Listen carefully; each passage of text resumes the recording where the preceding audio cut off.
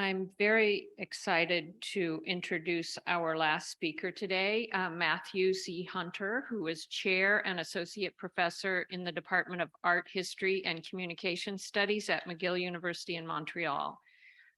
He is the author of Painting with Fire, Sir Joshua Reynolds' Photography and the Temporally Evolving Chemical Object from 2020, and his first book, Wicked Intelligence, Visual Art and the Science of Experiment in Restoration London in 2013, both from the University of Chicago Press.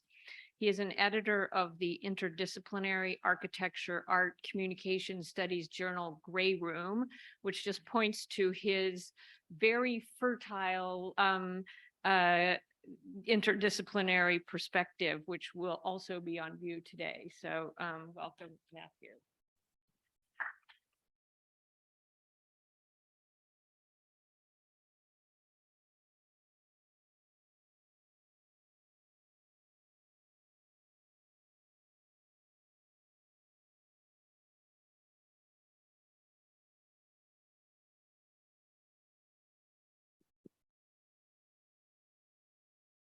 Hello. Okay. Thanks, Pamela, for the introduction. Thanks, Linda. Thanks, Herman, for the event, to Emily for the organization.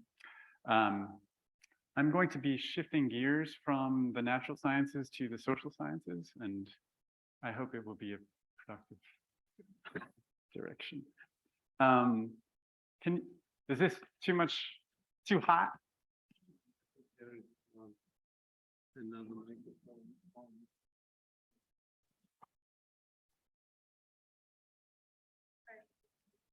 La la la. Okay.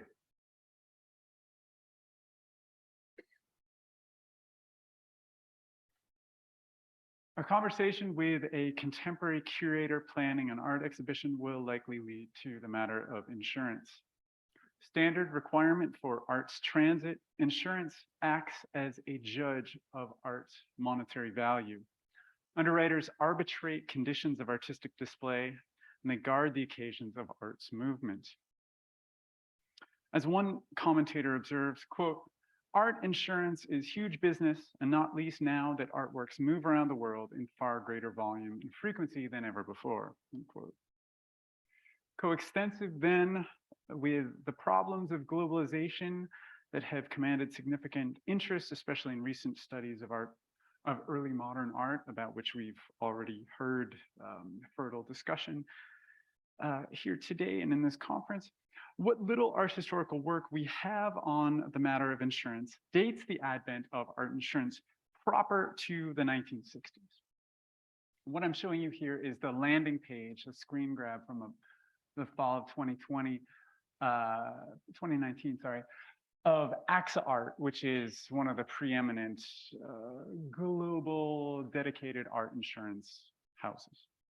Now, in recent years, my students have identified any number of fascinating entanglements between post-1960s art and insurance, examining cases such as Christo and Jean-Claude, or Dan Graham, who you can see here identifying himself as an underwriter, and perhaps the Art and Artifacts Indemnity Program, which was established by Act of US Congress in 1975, a nationalized art insurance scheme designed to manage the massive costs of underwriting the famous Treasures of Tutankhamun exhibition of landmark show that figures consistently in genealogies of the blockbuster paradigm.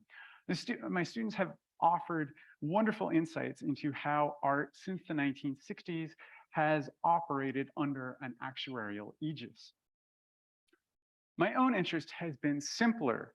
In addition to these how questions, I've wanted to understand where, when, in what form, and maybe why insurance comes to shape visual art. Late medieval Genoa, Renaissance Venice, which we see signaled here in the background, or the Dutch Golden Age are all likely starting points for such an inquiry. But for me, Sir Joshua Reynolds has been key. First president of Britain's Royal Academy of Art from 1768 theorist of painting in the grand manner, Reynolds was an inveterate chemical experimenter. The mixtures of resins, waxes, and other pigment binders from which he built his expensive society portraits were much discussed matters of uncertainty in his time.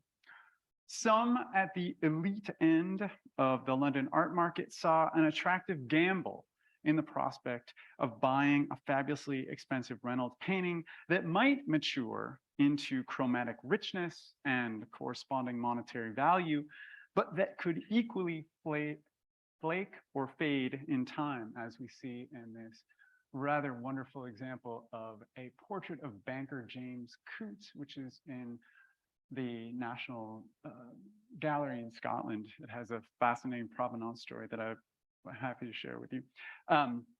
As one advocate famously declared to a skittish patron in the period, quote, "No matter, take the chance, even a faded picture from Reynolds will be the finest thing you can have," unquote.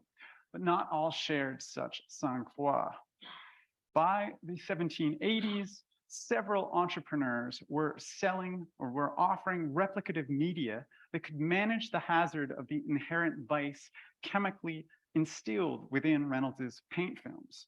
Through enamel painting, a technique wherein pigmented metal powders suspended in vegetal oils are fired at great heat onto frequently metal supports, but other supports are possible, replicator William Russell Birch, who we see on the right, claimed to possess, quote, "the unique art of heightening and preserving the beauty of Reynolds's tints to futurity without the possibility of their changing." Hedging against pictorial loss, Birch also brokered a direct relationship between Reynolds and William Murray, Lord Mansfield. So this is who we see on the left in Birch's replication of Reynolds's portrait. Mansfield is Georgian Britain's leading judge and a central architect of transatlantic insurance law. Yet are techniques of artistic replication and preservation the same as or equivalent to insurance? And to be clear, I have found zero evidence that Reynolds ever could have purchased anything resembling professional liability insurance, or that period clients attempted to insure their Reynolds paintings against chemical decay. Matters of speculation and suggestion with Reynolds, the evidence of insurance's penetration is altogether more substantial with a painter who entered the Royal Academy under Reynolds's watch, Joseph Milord William Turner. Born in 1775, the precocious Turner began exhibiting at the Royal Academy's spring exhibitions as a teenager. By 1797, he was insuring his art explicitly. Identifying as, quote, "dealer in pictures and drawings," unquote, a 22-year-old Turner purchased £300 worth of indemnity from Sun Insurance in 1797. Sun Insurance being one of the leading big three fire insurers in London. The address insured was 26 Maiden Lane. That was Turner's childhood home. It was the site of the barbershop where his father, also a purchaser of Sun Insurance in the 1790s, had first displayed the painter's drawings. And we can identify this site with significant precision thanks to period visualizations themselves produced by insurance. What I show you here is a detail of Covent Garden from the 32-sheet map of London produced in the 1790s by cartographer Richard Horwood, under subsidy from Phoenix Assurance, another leading fire underwriter. So what Turner insured in 1797 was not the building itself, but, quote, his unsold stock in his dwelling. Turner's stock, in this case, meant the mass of watercolors, drawings, and sketchbooks produced during his summer sketching tours through England and Wales. Once back in Covent Garden, the painter would transform sketches made on site into finished renderings, either on commission from his tour's well-heeled hosts or for the reproductive print market. He produced something like 300 finished watercolors by the year 1800, so age 25. By 1804, Turner was insuring his art together with its architecture of display. On March 29th, 1804, Turner bought insurance, again from Sun, whose lead silver fire mark we see here from the period, and an example at the British Museum on the left. Turner again bought insurance from the Sun for, quote, pictures not exceeding £1,000. But Turner also purchased £300 of indemnity on, quote, the picture room behind his dwelling, brick, no stove. This is a striking figure. In the previous 10 months, Turner had sunk something like £900 into building a private gallery, which we can see as the outbuilding behind his house in this real estate map from around 1813, 1810, something like this. Turner had sunk something like £900 into building a private gallery behind his new home at 64 Harley Street in London's Marylebone neighborhood. Thus, Turner was insuring, but he was also undervaluing. His 1804 policy indemnified his pictures at something like a quarter of their market value, and I can explain why I'm saying that if you're interested. The gallery was insured at only a third of Turner's then recent building costs, thus representing a minuscule proportion of the property's actual value. That said, a financially shrewd artist, Turner would go on to invest at significant profit in stock in the Atlas Fire Insurance Company, which began trading in 1808. You see its fire mark on the left. He would acquire several more fire insurance policies on his gallery, and from the 1820s on his notorious pub in Wapping. And by the early 1830s, insurance figured directly in the painter's afterlife. Turner's first will of 1829 had gifted to the nation a pair of his own works under very specific conditions. At his death, Britain's fledgling National Gallery, then installed, as we see on the right, in the London townhouse of John Julius Angerstein, late chairman of Lloyd's of London and a major broker of marine insurance, the National Gallery was to receive Turner's Dido building Carthage, which we see above at the right, and Sun Rising Through Vapor below. In 1832, Turner added a codicil to that will. Until installed at the National Gallery, Turner's executors were to keep the painter's oeuvre safe, paying, quote, all necessary charges for keeping and taking care, insurance from fire, cleansing and holding, unquote. An artist's gift to a national collection, first collection built from and first staged in the property of an insurance underwriter, was itself made contingent upon the purchase of insurance, and insurance against fire specifically. Now, Turner's sustained concern with insuring against fire in the present and into his artistic immortality is interesting. After all, noting the extensive imagery of fire in the painter's oeuvre and his combustible approach to pictorial form, historian of science Michel Serres has memorably declared Turner, quote, the introduction of igneous matter into culture, the first real genius of thermodynamics.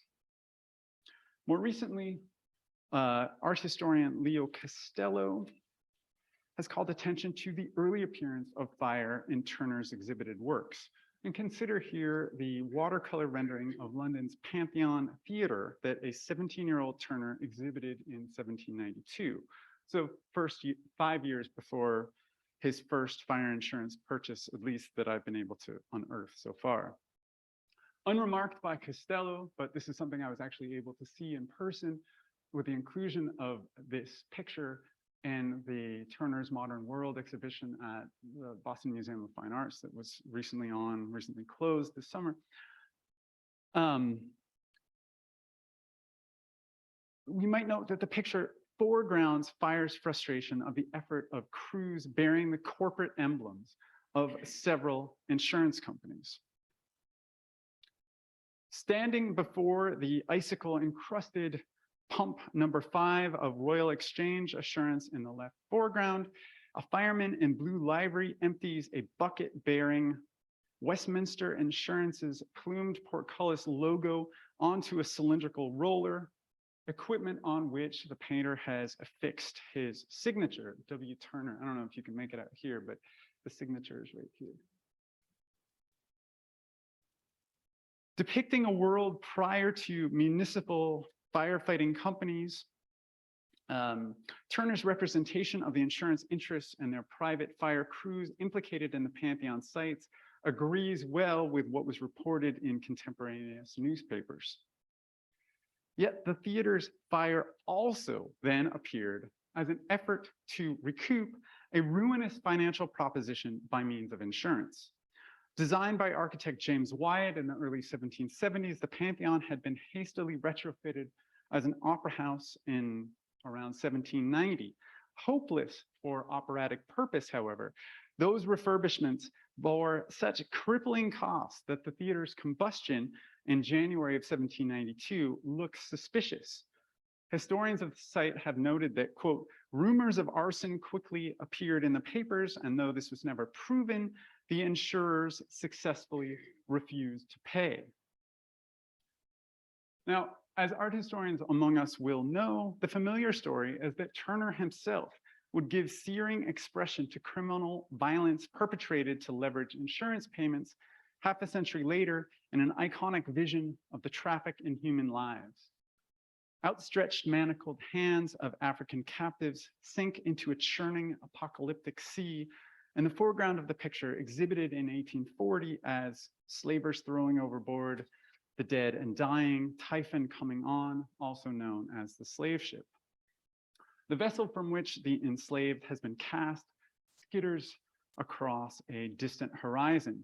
The picture has come to be taken as a meditation on the jettison of 133 sickened captives from the slave ship Zong under the command of Luke Collingwood, representing the Liverpool slaving syndicate of William Gregson events, a massacre that happened off Jamaica over 3 days in late November and early December of 1781.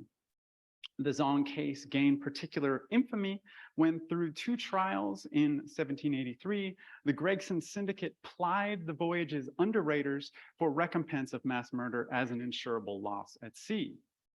By the estimate of the picture's first owner, none other than John Ruskin, Turner's rendering of, quote, the guilty ship as it labors amidst the lightning of the sea, its thin masts written upon the sky in lines of blood, unquote, was not only his finest seascape, but a veritable entry ticket to artistic Elysium. Quote, I believe if I were reduced to rest Turner's immortality upon a single work, so claimed Ruskin, I should choose this. Judging by his will and codicils, however, Turner did not see the matter that way. The works he would will to be insured against fire and then hang in the National Gallery were Dido building Carthage and Sun Rising Through Vapor, as we've already seen. But the will also mandated a specific clause about this immortal display. Quote, I direct that the said pictures or paintings shall be hung, kept, and placed, that is to say, always, between the 2 pictures painted by Claude, the seaport and the mill. What I'm showing you here is a fragmented view of a contemporary or recent-ish installation in the National Gallery in London, where you can't quite see Embarkation of the Queen of Sheba on the right. It's been cut off, but here's Claude's The Mill with Sun Rising Through Vapor and Dido building Carthage in a dedicated room to fulfill the conditions of the will. That is, for the donation to be valid, Turner's own pictures would need to be installed for perpetuity, as in fact they continue to be, between 2 pictures from insurance magnate Angerstein's personal collection of Claudes. Landscape with the marriage of Isaac and Rebecca, also known as the Mill, and Seaport with the Embarkation of the Queen of Sheba. But Turner's immortality is also tied to Angerstein and to insurance in at least one other way. For despite the abolitionist credentials that the painter has accrued through the slave ship, Turner was directly involved with a slave profiteering insurance investment during those years when he was first expanding the fire insurance on his nascent gallery. Art historian Sam Smiles has unearthed unambiguous evidence detailing the roles of Turner and Angerstein together in a scheme supporting a Jamaican cattle plantation operated through slave labor. Bought in 1805, thus on the very cusp of Britain's abolition of slave trading in 1807, the investment was a kind of rough and ready insurance policy. As Smiles explains, quote, the scheme was set up as a tontine, an investment in which the value of the survivor's annuities increases each time one of the original nominees dies, unquote. Although Smiles discounts the possibility that Angerstein had introduced the scheme to Turner, Angerstein was not only invested in the same tontine, but he had even been proposed as a trustee for it. Now, in a longer version of this project than I have time to share here, I try to herd this messy elliptical web of underwriting activity into the kind of interpretive service privileged by my discipline of art history. First, building on an important work by late art historian John McCubry, I show how the Zong connection is not only a late arrival in the slave ship's discourse. It begins to be linked to the painting only in the 1950s, but has required all kinds of sleights of art historical hand to sustain. Second, the longer version engages with the work of Ian Balcombe, Leo Costello, and other interpreters to recast the slave ship through the technics of insurance, in particular the insurantial concept of general average, concepts that Turner, as a purchaser of insurance then for half a century, would have known. However, my own view is that to fixate on the fetish of the slave ship and this art historical game of hermeneutics is to miss the larger story, a larger story of transformation, of metamorphosis. That is the extent of insurance's saturation through and beyond the art world of Turner's era. Consider here the year 1810, when, amidst ongoing economic crises of the Napoleonic Wars, a group of London-based artists established the Artists' Joint Stock Fund. While officers in that fund were contemporaneously designing iconography for insurance companies, such as we see here by Arthur Davis. This is a proposed iconography for rock assurance. Can you be any more literal? Anyway, this was not adopted for possibly obvious reasons. So while officers in the fund were contemporaneously designing iconography for insurance companies, the group's own totemic image was actuarial. A life insurance table prepared by an actuary at none other than Rock Assurance that tied annual fees to the age of the artist claimant. Here, if anywhere, I think, is the salient place of Reynolds in the meeting of art and insurance. For as explained John Pye, the fund's most articulate spokesman, a bylaw established at the Royal Academy's foundation in the late 1760s had forbidden academicians from exhibiting with any institution in London other than the Academy itself. Further, the Academy would choose new members only from those who participated in its exhibitions, though as non-members, they would receive none of the financial benefits of doing so. Now, as Pye shows in a devastating table of his own, the prospect of royal preferment in the Academy had enriched that institution while driving artists to act against their own self-interest. Against falling participation among academicians themselves, the ranks of non-members ballooned from 17 in 1769 to 229 in 1784. And by the year 1800, it was over 500 non-members exhibiting annually in the annual shows. So excluded from the exhibition's lucrative profits, those in need of insurance were neither Reynolds nor his elite patrons, but the vast population of Romanticism's proverbial starving artists who toiled outside of the Academy's charm circles. And what they needed was life insurance. or the principles behind life insurance. And Turner knew all this. Between 1815 and 1830, he served as chairman and treasurer for a rival group called the Artist General Benevolent Institution.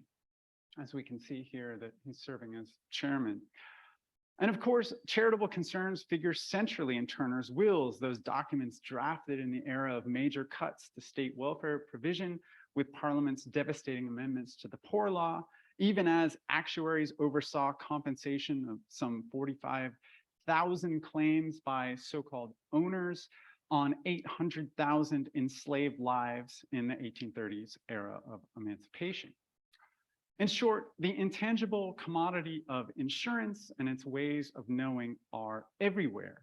Their metaphoric force is invisibly present as Turner makes, moves, shows, sells, acquires, and schemes to keep art always. They form the texture for available conceptions of what art is, of what social good its makers can do. And yet insurance is also visible. By the mid-1830s, insurance had entered directly into Turner's oil exhibition pictures. At right, in his version of the burning of the Houses of Parliament now in Cleveland, stands a line of boats which point diagonally toward the central column of fire. On that last vessel in the train is a firefighting engine in which Turner has inscribed in minuscule characters the name and solar ensign of his longtime insurer, Fire, Sun Fire. That ensign, set amidst the larger itinerary of actuarial coincidences mapped by Turner's art, compels us, at the very least, to rethink the meaning of the painter's mythical dying words. The sun is God. Thank you.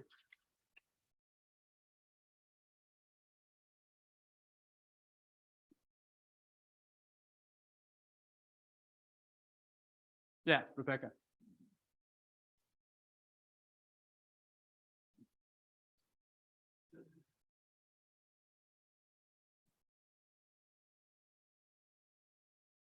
I wonder if you could tease out for us the distinction between insurance and investment. It seems like some of the kinds of things that you're talking about are, insurance as protection against misfortune or death, but investment as, a means of increasing one's,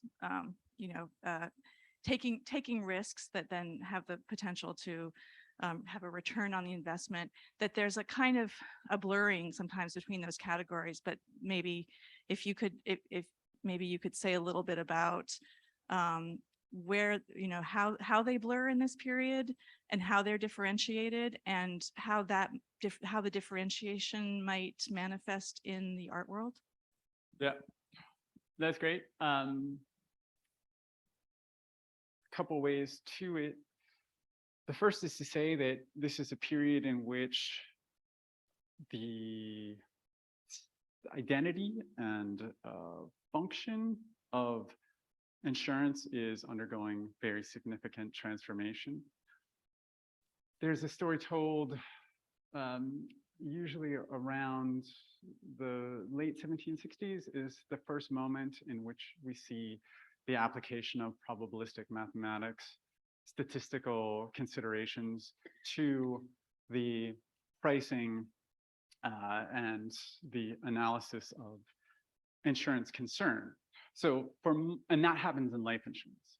For much of this period, there is no probabilistic or statistical consideration of either fire or marine insurance. And those are the three major categories of insurantial activity in this period. And of course, these are staggered in their genealogies. Marine insurance, depending on how you want to categorize it exactly, can be traced back to various classical or medieval Mediterranean roots. And life insurance is, it's sort of the usual stories that marine insurance is either ancient or early medieval, and fire insurance comes into the fold, and life insurance is then a more modern acquisition. These are all debated points within the historiography of insurance, which I will not bother you with. But Lorraine Daston has this classic argument about the functional identity between gambling and insurance through much of the 18th century. And it's only, so goes her argument, with a shift in the clientele for which life insurers in particular are marketing their wares, middle class bourgeoisie who is not so interested in the gambler's allure of instant upward mobility, but instead wants to preserve social status against decline, that comes to want the kinds of certainty or illusions of certainty provided by statistics and probabilistic terms. So, but that's usually dated to the work of Richard Price in the late 1760s. So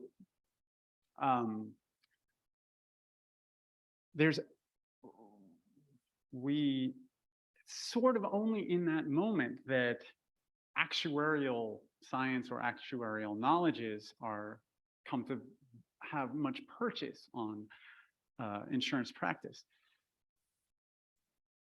That said, we also see Turner speculating very clearly in stock, purchasing insurance stock, which appreciates very significantly. He purchases 50 pounds of Atlas fire stock in 1808 to 1810, and by the time it's cashed out, the value has, I'm trying to remember it, it's gone up by figure 50 or something like that. It's become a massive sum that is cashed out. And so this is,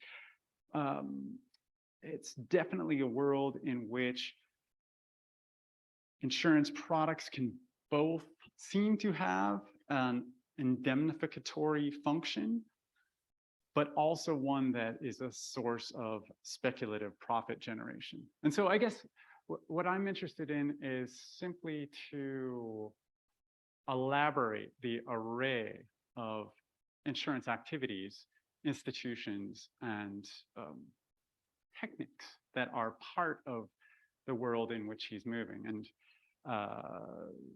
rather than to see the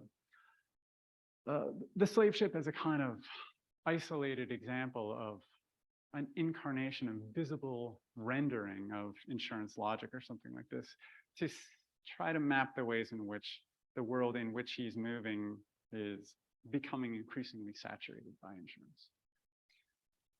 Can I ask you questions about the valuation of his paintings and the early, the very earliest insurance? You mentioned that the value was only a third.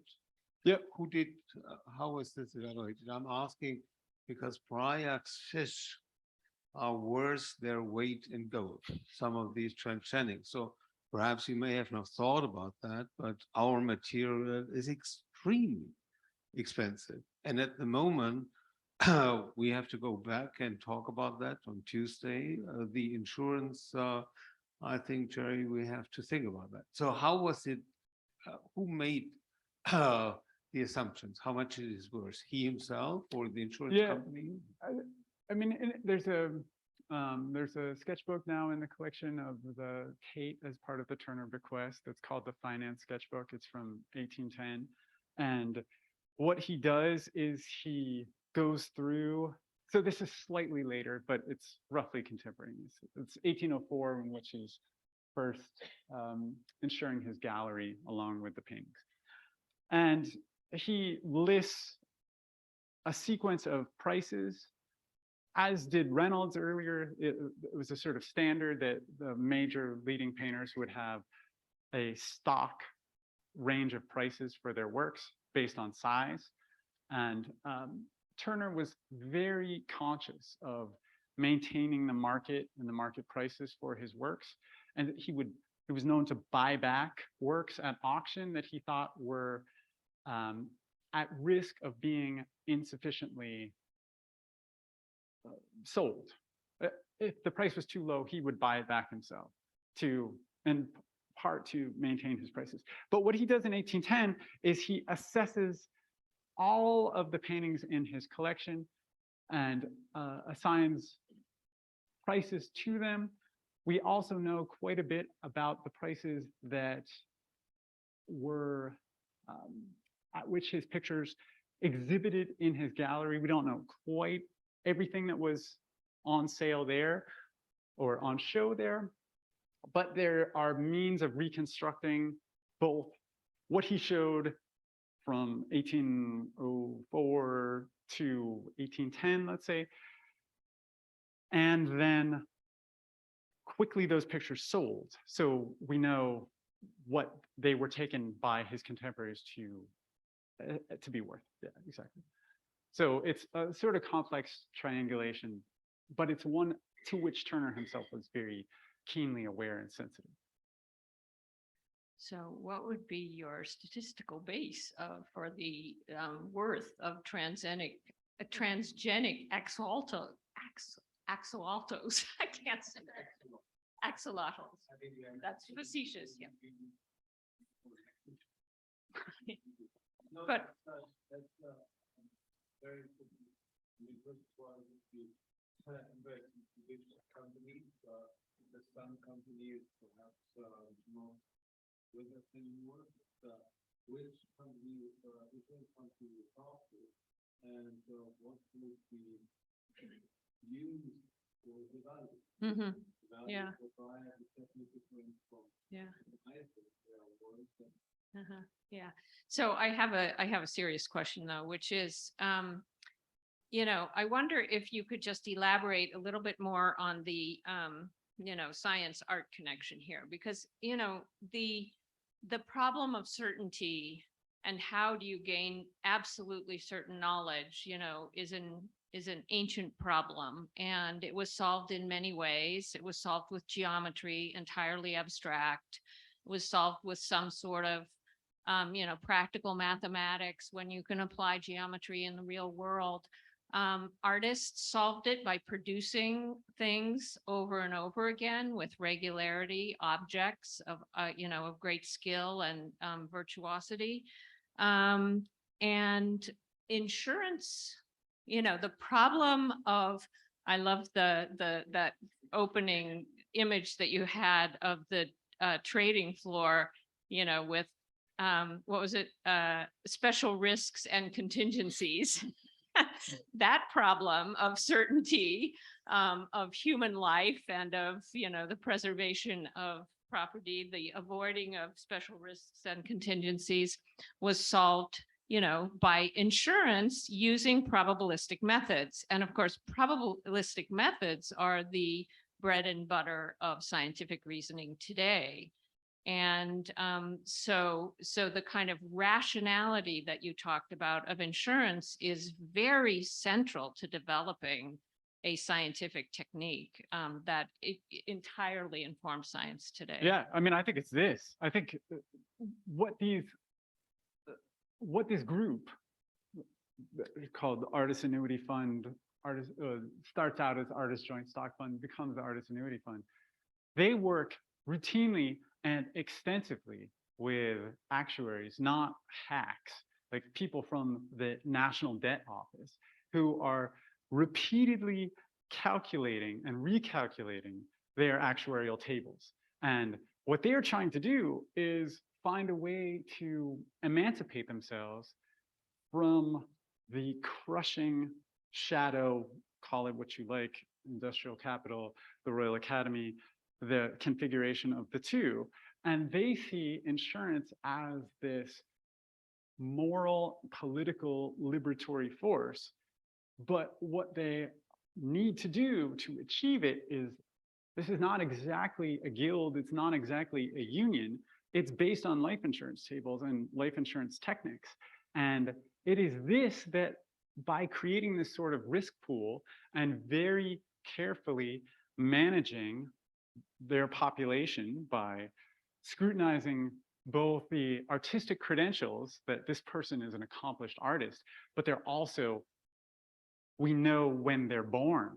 Like, they have to produce documentation about their birth, about their health, By the 1820s, they have to have 2 medical certificates that are inspecting, at the start, it's like their moral health. But by the 1820s, it's physicians have examined them for their physical health. And this is completely in league with the ways in which life insurers are operating in the period.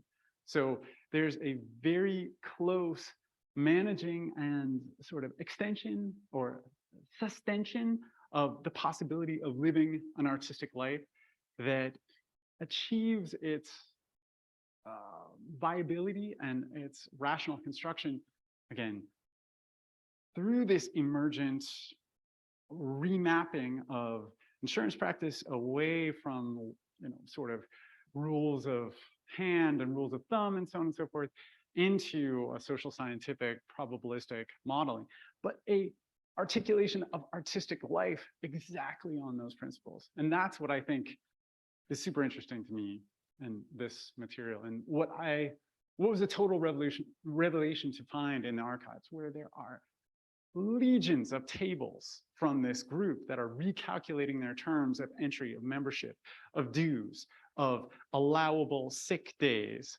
sick pay, of the governance of life that is informing and shaping what an artist can be, how an artist can survive.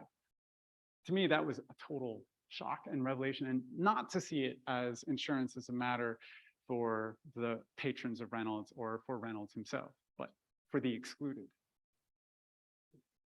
3 quick echoes from your talk. The first, the theater that burned down where the insurance company refused to pay.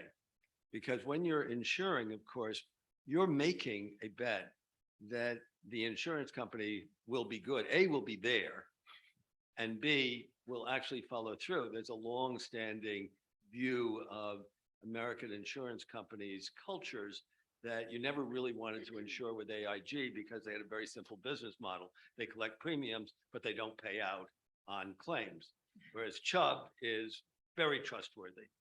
The second goes back to your Lloyd's, where for 200 years from your picture, Lloyd's was in effect underwritten in turn by individuals That's right. who were investing as, quote, names. That's right.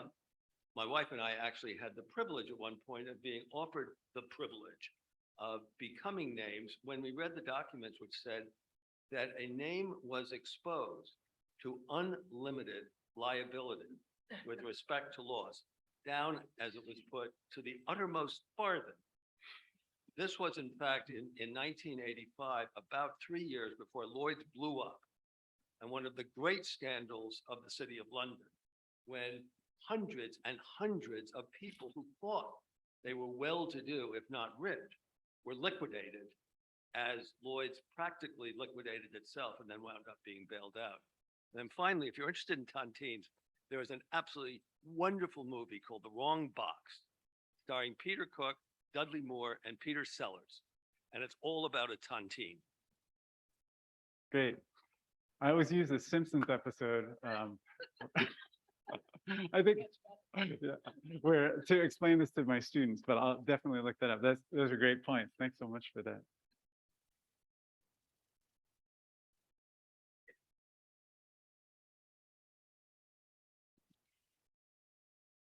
Thank you, Matthew.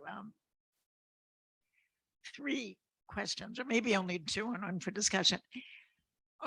Do you think, or would you presume, that Turner was collecting money for the Benevolent Society and investing it in his stock schemes, or is there no evidence of anything?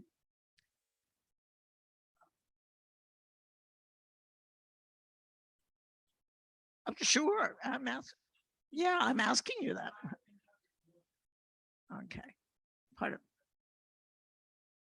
Extreme cheapness, but and shrewdness and penny pinching, but not graft. So far, So you don't I've never encountered that in. wonder about the connection of these.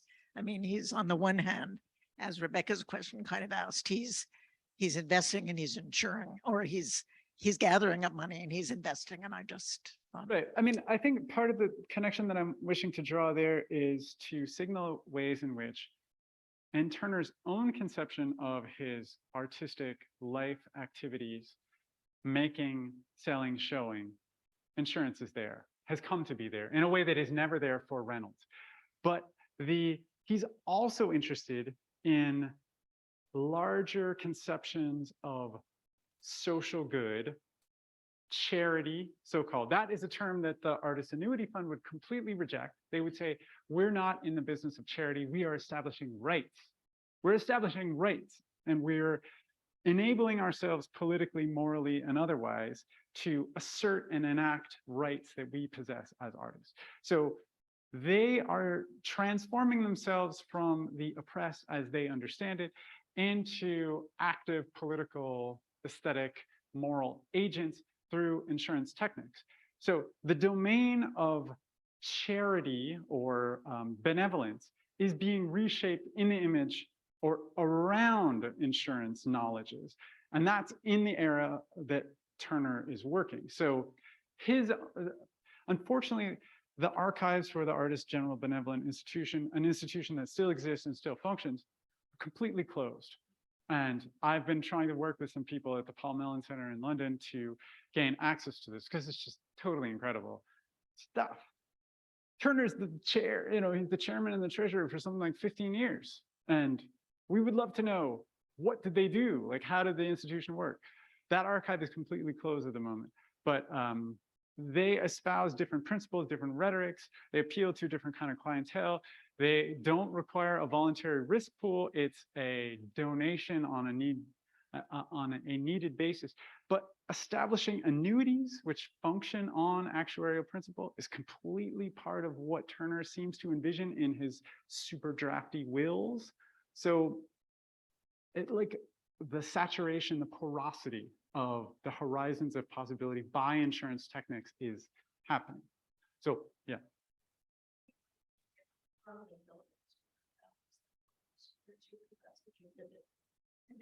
Yeah, it's in the mid 1830s, and Started maybe helps the stocks. I'll go back the other way, sorry. Oops. Yeah, these are paintings that are exhibited in, I think it's 1836 that Parliament burns, and the paintings are executed and exhibited not long after. And there's, again, a rhetoric too of insurance concern in the period discourse, where commentators in a flippant way will say, Turner's paintings burn so bright, we hope that either he's painted on asbestos supports or that the exhibition has been fully insured against fire. This rhetoric is totally there for the taking. And Keyword, I think, rhetoric, because you implied, George Randy, that there are two different, the conventional art historical way of looking at the paintings is through the iconography of maybe fires, the slave ship one. Particularly, I'm imagining that conventional art historical story of the slave ship is the emotional hook, the emotional rhetorical hook for drawing attention to the actuarial issues that are underlying. So I see an opportunity to really bring, the aesthetic or the artistic or the narrative or the iconographic together with that. Let's call it scientific or arithmetical underpinning. And I mean, sort of gesturing back to something that was in Risham's talk in particular, but I think we've heard a number of different variations through it. Part of what I'm interested in is a methodological, I don't know if I want to quite call it intervention, but pushing or resisting our art historical impulse to privilege the visible and to see the sites of visibility as the necessary proof in the pudding of the relevance of various kinds of factors impinging upon artistic making being. And insurance is a notoriously invisible, slippery thing. What is it? what does it do? It's an intangible commodity. It can't be seen. It's abstract. It does lots of things that, Rebecca's question has already gestured to, and I've failed to answer clearly, where it's slippery movement between protection and speculation, increasing value versus conservatively guarding against loss of value. This is something that is historically difficult to pin down. And if we only look for sites where it shows up in exhibition paintings, I think we lose the totality of its operation that is enfolding a number of different key sites in the making of the collections, the institutions, the ways of thinking, the ways of working, the ways of conceiving, showing, selling art, understanding its social benefits, how it can operate, how it can promote artistic being. A lot of those are not really visible. And so I want to open the consideration to having both of those pieces in, I don't know, let's say, be old-fashioned and call it dialectical relation. The baby out of the bathwater without kind of, discarding them all together. That's yeah. That's the other. Fair enough. Well, thank you very much. Well, yes, Timo. One last question, then I would like to have Linda and Pamela here with me to talk about our experiment before we have a small lunch out there.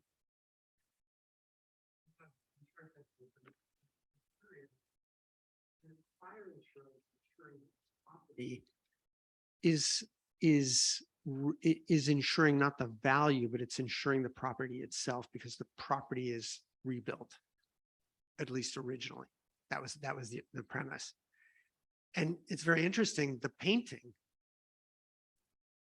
it becomes it's necessarily abstract because you can't reproduce the painting. The painting is unique. And I'm curious about that. And marine, I don't know, is marine about rebuilding the boat? Probably. Yeah, it's the cargo. But it's the replacement. And then life insurance is totally abstract, right? What's a life worth? Yeah. No, I mean, I want to sort of studiously resist the impulse or the impetus to psychologize and to make this about what did Turner think he was doing.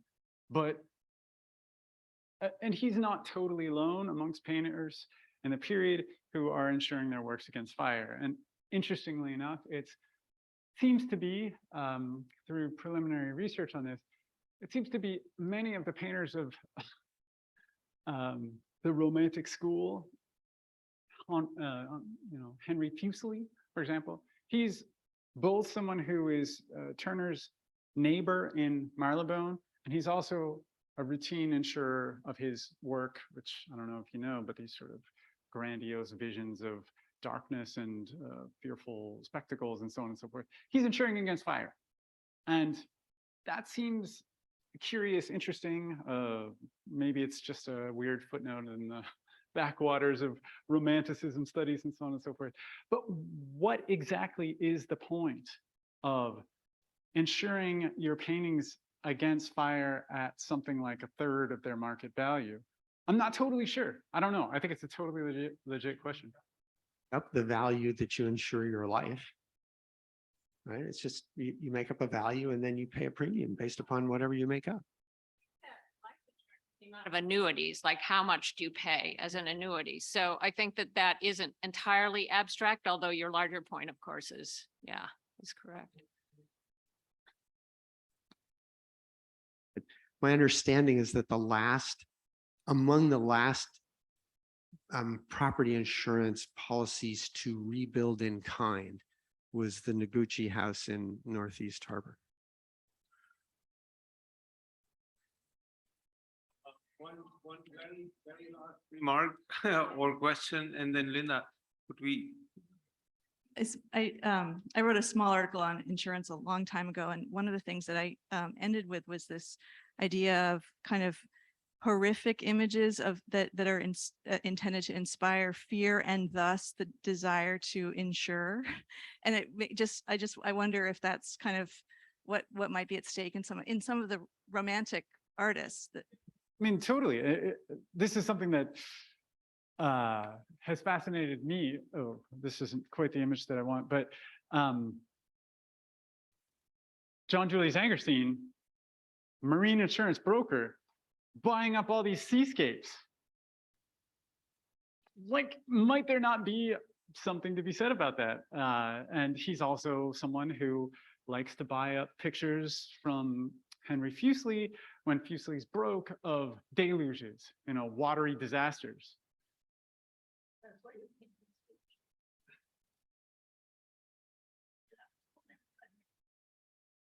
Okay. Yeah. Let's briefly meet here before we Yeah.